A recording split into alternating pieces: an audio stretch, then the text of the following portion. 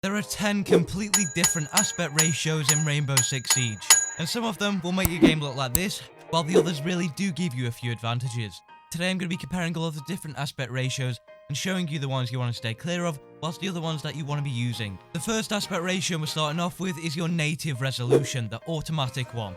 Now this aspect ratio here is fairly common and is used by a wide variety of players.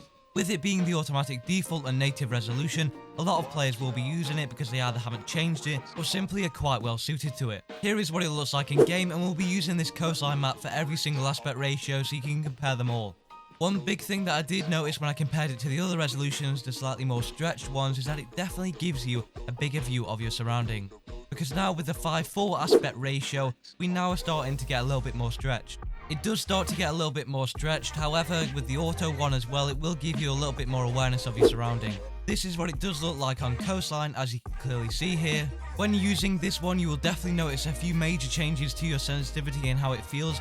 On top of that, your FOV is going to decrease by quite a bit, so you will be a little less aware of your surroundings. However, it is still there, but it will also increase the size of your targets. Next up is the 4:3 aspect ratio, which is in fact the one that I do use. 4:3 isn't going to be as stretched as 5:4, however you will notice that it is going to decrease your FOV and also increase the size of your targets. However, it's not as bad as compared to 5:4.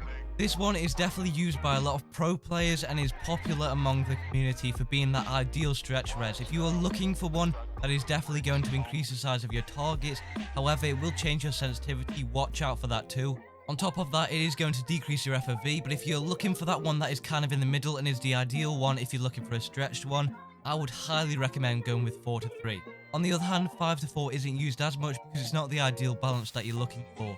It's not going to make your game look as pretty as the native resolution will, but it will definitely increase the size of your target. The next aspect ratio is going to be 3:2. The 3:2 aspect ratio again isn't as popular as the 4:3, but is definitely still up there. What it will do is lower your FOV and it will increase the size of your target. It would definitely be worth trying compared to the 4:3 if you're not too keen on that. That might make it a little bit easier for you to play on.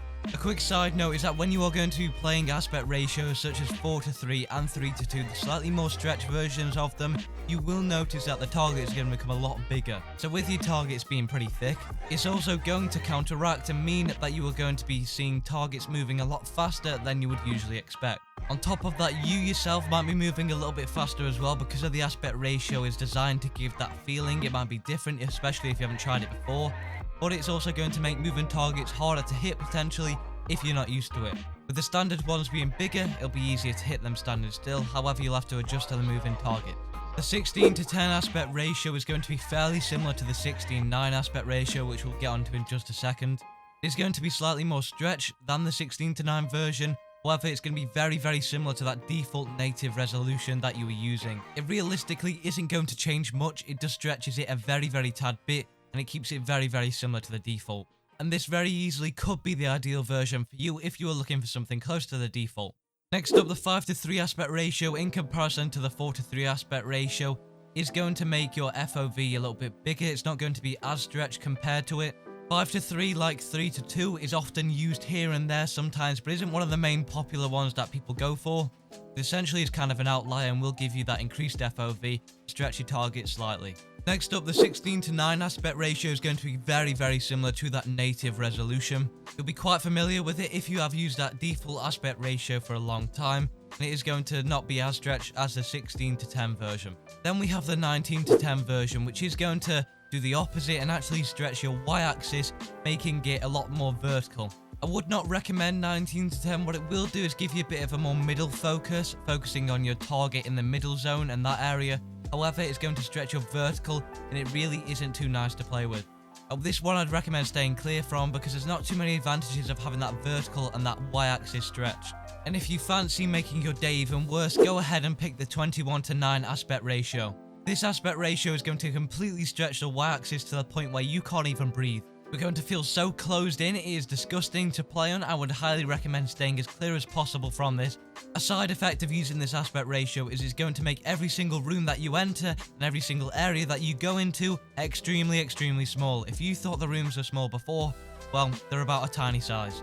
It shrinks your targets and makes it look like you can't fit through a barricade.